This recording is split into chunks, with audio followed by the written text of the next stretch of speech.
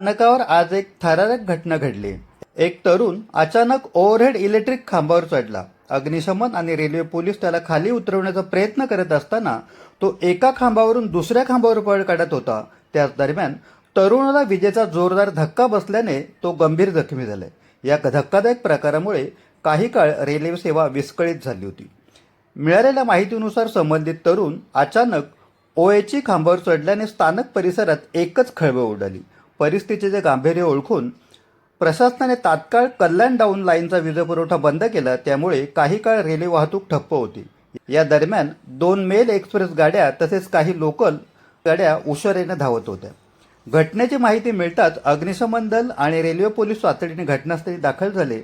मात्र पोलीस आणि बचाव पथकाला चकवा देत संबंधित तरुण एका खांबावरून दुसऱ्या खांबावर चढत असल्याने बचाव कार्य अधिक कठीण झाले। अखेर विजेचा तीव्र धक्का बसल्याने तो तरुण खाली कोसळला।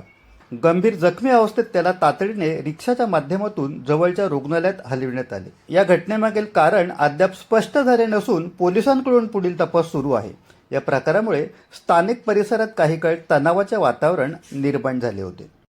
अल्पावधीतच लोकप्रिय झालेला भारताचा बुलंद आवाज आपला Bharat channel subscribe, share, like आणि कमेंट्स करायला विसरू नका।